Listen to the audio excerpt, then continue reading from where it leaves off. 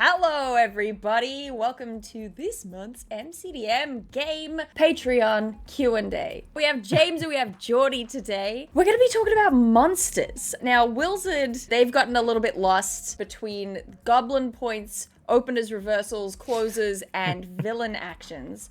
So for them, and also for me, and for anyone else who hasn't sort of been following along, could you sort of catch us up to speed, first of all, with what monsters and combat encounters currently look like, particularly from the director's perspective? In terms of what combat currently looks like in the game with monsters, is there's a few things that we've talked about in the past, and it's all coming together in one way. This is all born of, we've tried a lot of different things, right? And we really hit on something when Geordie, in fact, I'll let Geordie talk about this a little bit, had this idea for squads. And so once we had this idea for squads that worked really well, we played it out a few times, and we were all together in person. Geordie, Willie, Matt, and me and our production team, Lars and Gertz. We were all playing this game together. Jerry was there, played the game with us. And Matt sort of hit on, like, you know what, this needs something, right? The players seem like they're all having a great time. They all get to do cool stuff. I get to do some cool things, but I'd like to have, like, more cool things I could do. And so then we iterated on this idea that, hey, all of the players have a heroic resource. We've tried this in the past. What if the director has a resource? Now that we've changed the rules so many times and everything, it'll probably be easier to track. We can come up with some different ways to get this working. And so we tried a bunch of different stuff, and what we've landed on is at the start of every round, the director is going to get some, what we are currently calling villain power, name TBD, right? Like, it could be a different name. There's lots of stuff floating out there. So you get villain power, and you can use villain power to activate different abilities, right? So you've got abilities that allow you to, like, within a stat block, right? Someone might have a villain power ability, right? So like a dragon's breath weapon, for instance, might be this special thing that you spend a lot of villain power on. Or there might be a power that, like, hey, you hit somebody and you force move them, and if you spend villain power, you can force move them even further, right? And so there are all these different ways within a stat block you have to spend it, but then your group of creatures also has ways to spend villain power on, like, environmental effects, right? So one of the first one of these that we ever saw, Geordie ran this encounter with demons, and he was like, and a big rift opens up and demons start coming out of it. And it was like, whoa, that's cool. So, like, there's a demon rift, and the rift sucks to be around. You have banes on your attacks because it feels bad, and also it's whipping out these tendrils and pulling you into it, right? And he spent villain power to create those rifts. So stuff like that. In addition, then, each band of creatures has ways to earn villain power outside of the start of the round that helps encourage the director to play them in a specific way. So goblins, we want goblins to be swarming all over you, right? So goblins get extra villain power whenever they flank, right? So it's that combined with the squad rules that we are now seeing is sort of the basic approach to things. Creatures also have stuff they can do without villain power, obviously, sort of basic things that they can do. So Geordie, I'll let you talk about the squads now. The squad stuff all evolved, I think, from a multi-step process. And, like, I think the first step was when Matt was like, hey, you know, we can go every other action, but I want to run a group of monsters because I want the monsters to be impactful to sort of do stuff. And we ran that with like a test for phased initiative that both James and I ran. I think we both had the same experience where it was kind of cool to run a big group of monsters at once, but the swing and devastation was so much that, you know, all the goblin snipers went at once, and they're full snipers, and, like, well, you're almost dead. I'm almost dead. You know, I jokingly put in the action, this goblin must attack James, right? You know, to sort of put a point on it. And I think the experience we had with that internally, and this is sort of reinforced by the testers, it is like the experience, the canonical mid 20th century experience of growing up in the United States, where your parents are angry at you, and they're like, go pick out a switch for me to beat you with. Is the monsters took a long time to run and did a massive amount of damage to you. And so we're like, well, what if we organize them into squads more like a war game? This was Matt's suggestion. We ran with a couple of versions of that. And I think the version we settled on that I pitched was the idea that at one turn, there's only two roles that happen. There's a captain who is like the boss of the squad. They have their actions, maneuvers, and moves. They do that, and all their squad members do one role. So at any director's turn, there's only two roles. There's one role for the captain, one role for the squad, and the squad automatically by default has to sort of divide their damage. So they're very effective to sort of plink the heroes down, but you never get that sort of big swing where a squad can just almost kill someone in one turn. And once we got that, and once we got past a couple of things like with cohesion we tried and just sort of settled on, hey, this is the simple version of it, it started to really click, and that kind of paid off in the playtest we did. Okay, so then is it kind of trading off this idea of, the ultimate power of the action economy where lots of low power attacks can kill you dead? Are we trading off then for fewer, more impressive attacks? Is that what we're saying? So it's a mix, right? So the captains have big, impressive attacks. The squad's purpose, really, if you think about it, is to do incremental damage to multiple heroes at a time, but also occupy the battlefield and feel tactical and cinematic. Their presence there is disrupting stuff, and they get add-ons from the captain. The captain has a trait that usually makes the squad better. So, for example, in the demons, if you have a ruinant in charge of the squad, all the squad members get bleed, and bleeding in the MCDM RPG is very, very nasty. It means you can't heal in that turn. And so there's now a big push to take out the captain before the squad members, right? And even though those little creatures are plinking a little damage, they hit 2 damage and bleed is a big deal, And so you have to think tactically because of that. Everything that we hear about demons in this game gets just a little bit scarier. Now, lots of people have been asking after the state of the encounter sheet as a concept and whether it still exists, how it might be used, whether it will be the panacea balm that soothes all of your monster development woes. So what exactly is the encounter sheet? The encounter sheet is actually an old idea. And will we see another encounter sheet? The answer currently is we don't know. I think we would like to see that, right? We've all run with an encounter sheet and it's been a great experience. And so we would like to give you something as the director that you can use to easily run an encounter and maybe only need 1 or 2 sheets of paper in front of you. However, some of that starts with the stat block design, right? Which is what we have now become focused on because we used to have these creatures that all fit on one line of a table. And we've ditched that idea because we wanted some more complex leaders. Now, these minions that are in squads, right? These squads of creatures that all attack together, they are still very simple. And in fact, right now, their stat blocks take up about 1/8 of a page, which is a very small amount of the page, and it also means that then our captains are often only taking up like 1/4 of the page, which gives us a lot of space then to make it so that like you could put a squad, 2 or 3 squads on a page and be very happy and able to roll with that. So that is our hope, is that first the stat blocks are easy and manageable, and then we create hopefully something that allows you to sort of transfer all of that easily.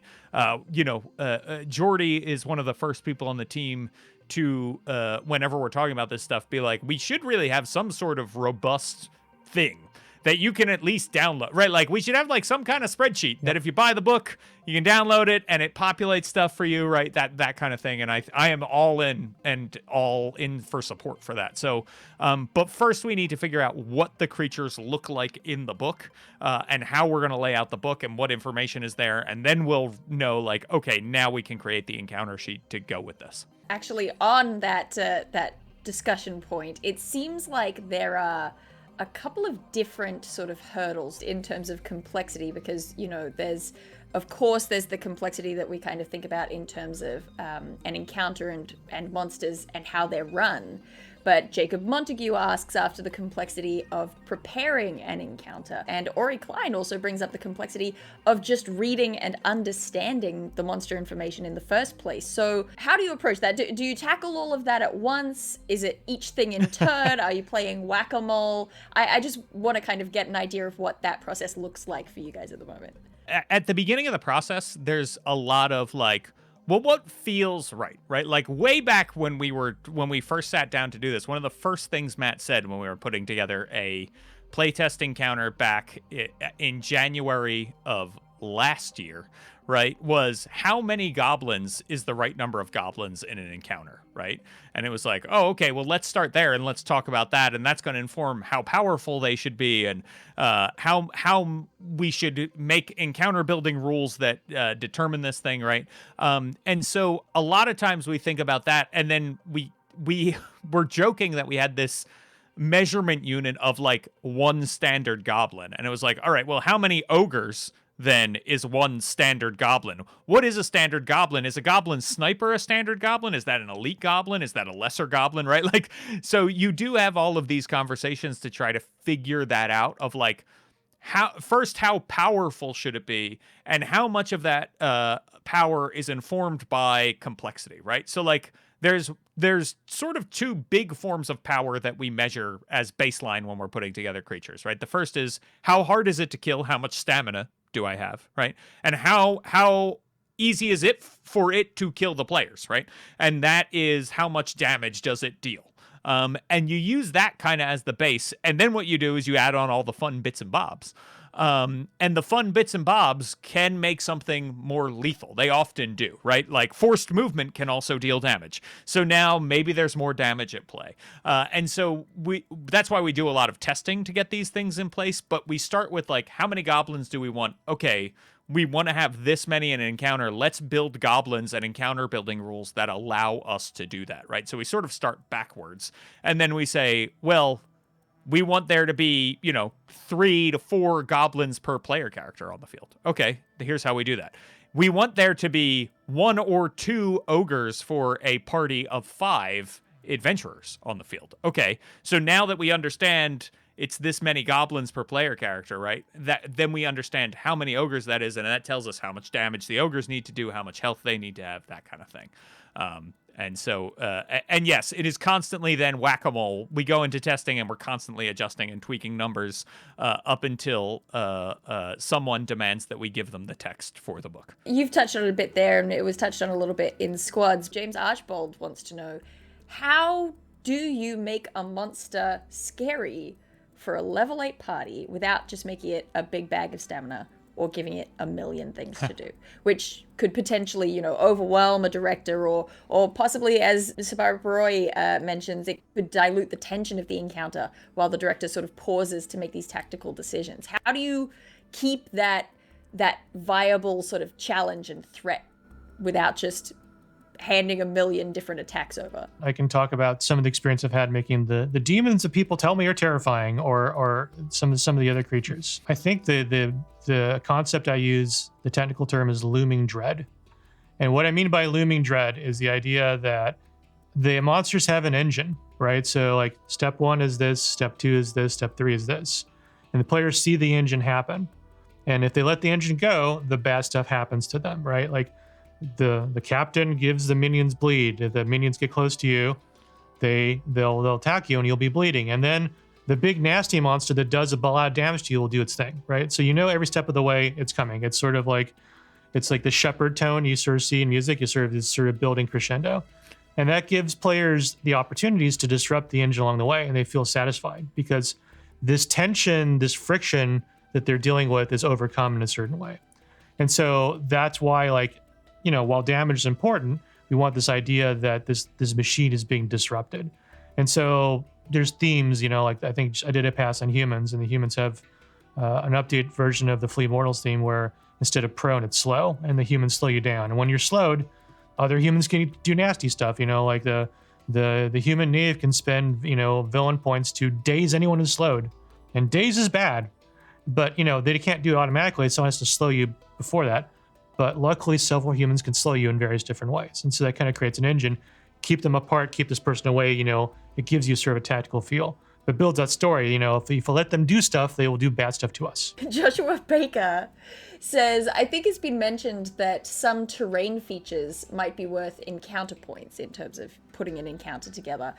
Might different encounter objectives, kill the boss, get the MacGuffin, stop the ritual, for example, might they also be accounted for in the encounter building rules, such as, affecting the point budget? Yeah, so they definitely could be, right? It all depends on how difficult that objective is to achieve, I think. We sort of start with the base objective of like kill as many monsters as possible, right? Is sort of the base. And that's actually one of the hardest objectives to achieve, in the sense of like, if the monsters fight to the bitter end, they're constantly grinding you down. You're constantly grinding them. Now, that's not necessarily fun. So when we say default, we don't mean that's what we assume that you are doing, but that is generally how we balance the encounter to start with. So I don't actually know how much encounter objectives will play into it. It may be that they make certain encounters easier, right? That like, it's like, hey, you don't have to kill everything on the board.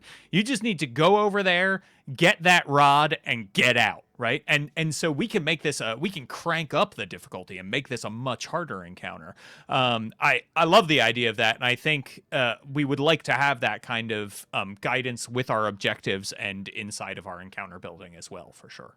We have GubDM in chat asking about the inclusion of non-monster or non-sentient combat participants and the possibility of them being kind of grouped in with the monsters for the monster book. Can you talk a little bit about the idea of non-sentient combat participants? Yeah, I built the Black Obelisk and I used it in the demon encounter. It was the objective is to find a group of sages who are trying to decode the Black Obelisk. And the Black Obelisk, the way it works is it's a giant black obelisk with a bunch of hit points, and if you get close to it, it triggers, and you have to make a resistance roll. Otherwise, you were afraid of the Black Obelisk, and you were slowed and dazed, and like it does a bunch of nasty stuff. So just putting it in the middle of the encounter changes the nature of stuff there. If you're next to it, it pushes you, right? So that immediately changes the battlefield. And there's ways to get across it too, beyond destroying it. If you get character trained in magic or psionics, they can go up next to it and they can try to decode it, and they can maybe use it against their enemies. And that's what we're looking for, is like there's this straight brute force method that, you know, Fury would use. And there's interesting things that, you know, an elementalist or another, you know, more brains character would use to sort of get along there. It's there to make stuff more interesting. Or there's the Throne of Aan, right? Another object we built, which is, it's tied to the knowledge of the timescape, right? And so you can basically steal powers from other characters in the encounter and use them against other characters, right? And like you can kind of take advantage of that. So like they're there to make a little bit more flavor and of a twist, and also if the players are clever, let them use it against their enemies. On kind of the flip side of that, Xander Piskulich wants to know about monster non-combat capabilities. Like, will you be clearly defining their negotiation capabilities or their desires, that sort of thing? So we'll have lore write-ups like we did in Flea Mortals, right? And many of them will be the same or close to the same as they were in Flea Mortals, because we like a lot of that lore. It may get a little more timescape, Orden specific, that sort of thing. Some of it may change too. You know, this is a chance to revisit any of that lore that we don't like, or add to it, right? So that's one thing, is you're going to have lore for every monster that will inform you of some of this stuff. Their combat mechanics will be informed by the lore as well, but you'll probably also see then like, yeah, hey, we want to know, what is it like to negotiate with Count Rodar von Glauer, right? And then you will probably get some negotiation stats for NPCs and things like that in the book as well.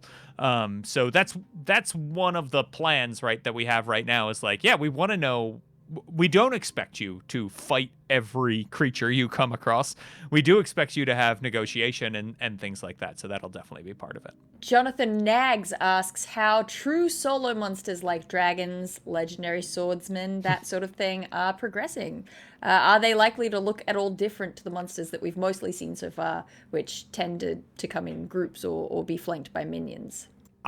So solo monsters have felt kind of good for the last couple of iterations. We need to do some dialing in on different individuals, right? But that felt like a nut that we've kind of cracked, and we've been spending a lot of time on squads. So I think now that we've come up with all of this great stuff for squads, we will probably go back and re-look at solo creatures. Just this morning, we were having a conversation about like, I had written some monsters and I'd put some villain actions in, right, that recognizable from Flea Mortals. And we were like, Jordy raised the question, and it's a good one of, do we need these, right? Now that we have villain power, do we need villain actions? Can things just be powered by villain power? And I was sort of like, I think we still need them, but I don't know. And so we're gonna start testing stuff like that to see. But yeah, you're gonna see essentially solos are gonna have multiple turns that they can take. Basically, they are their own squad, as it were. We sort of think of creatures internally in like, is this a creature you're going to fight a lot of, right? Well, then probably the complexity of each individual creature is going to be a little bit lower because the overall complexity of the encounter when you bring them together would be the same as fighting a solo creature. And a solo creature should probably take up like a whole page, right, of stuff. So it's not quite like a page to a page, right?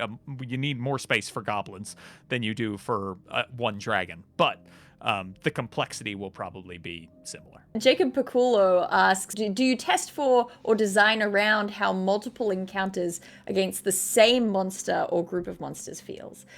So thanks to really a lot of work Jordy did to fit stat blocks into these formats, we can have a lot more creatures in the book right now than we were initially planning, which means that like we don't want to put more of a burden on art by creating a zillion new creatures.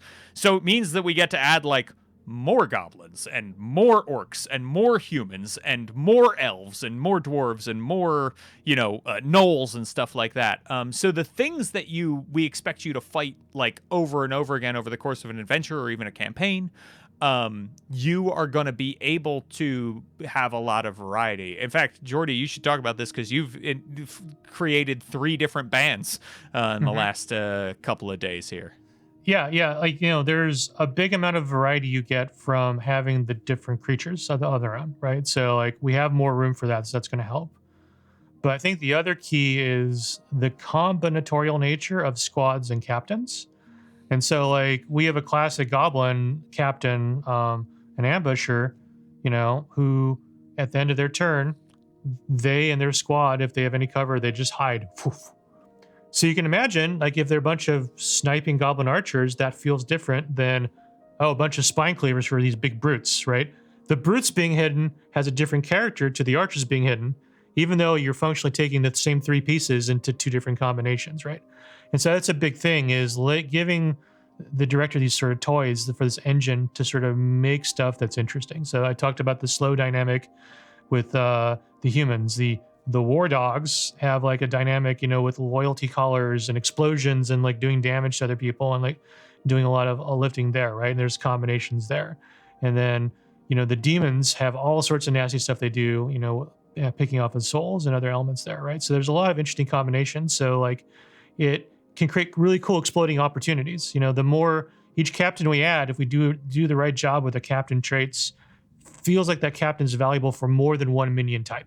And that's going to be a key to the design. Joshua Heisler in chat has brought up villain points again.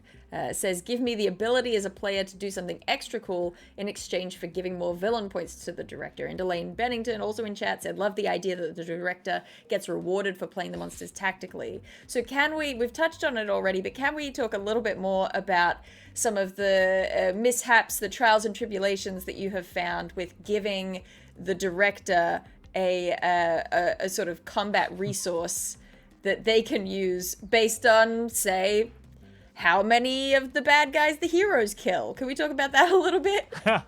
We had this idea, right, that like, well, you should be getting more villain power as the combat progresses, because then we will avoid this end state of like, well, there's 3 things left and we're just going to grind it out even though there's no threat. Now it's like these 3 things have all the villain power, right? And they are going to use all of the villain power to smite you now because they have no other choice. And we've found a way to do that, I think, because you're still getting villain power based on the number of heroes, and that doesn't really change unless you're slaughtering the heroes, in which case you don't really need more villain power. In the first one we played, right, Willie ran us through this encounter. It was fun, and we were doing it. And then Jordy stepped up with the demons, right? And Jordy was like, I've sort of done villain power a little differently, and I've got these rifts that open up stuff, and it was like, oh, this is awesome. This is what villain power should be. But what happened was we would kill things and then look at each other and be like, we just gave him so much villain power. Oh no. Instead of like celebrating those wins. And so we just wanted a different feel, being on the player's side of that, right? And like doing something awesome and killing a bunch of demons and then having everybody else look at you and be like, what have you done? As opposed to like, yay, we're doing it, we're winning. That didn't feel good. And it's also something we have tried monster death in the past for generating a director resource, and the testers also reported that. I wanted to try it again because it was like, well, maybe it'll feel different now that we have these squad rules and everything, and it did not.